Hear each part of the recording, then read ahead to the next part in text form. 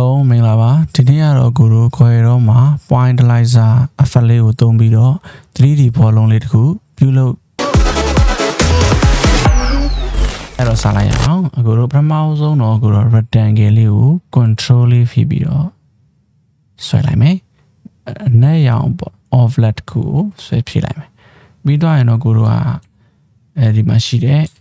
ကိုတို့က transparency tool လေးကိုသုံးပြီးမယ်အဲကောင်လေးကိုသုံးပြီးတော့ကိုတို့ကအပေါ်ကနေအောက်ကနေပေါ်ကိုဆွဲလိုက်မှာပေါ့နော်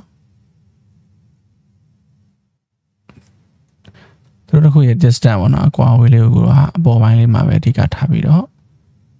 ဆွဲလိုက်မယ်ဘာဖြစ်လို့လဲဆိုတော့အခုတော့အောက်မှာနည်းနည်းလေးအဝိုင်းလေးထူအောင်လို့ပေါ့နော်ပြီးတော့ရင်တော့ကိုတို့က effect ထဲမှာရှိတဲ့ pointizer ဆိုတဲ့ကောင်လေးကိုအမှန်ကြီးချလိုက်မယ်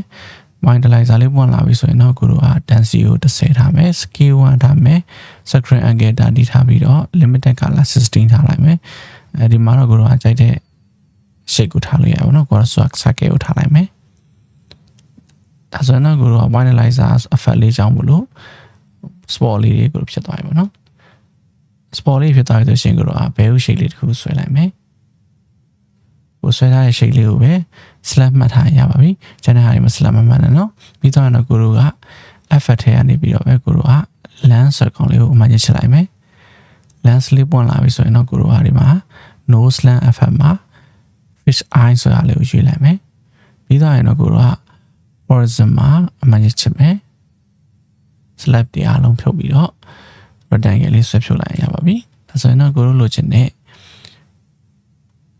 pointizer effect လေးနဲ့ 3D ဘောလုံးလေးတစ်ခုရရှိသွားပြီဖြစ်ပါတယ်အားလုံးကိုကျေးဇူးများတင်ပါတယ်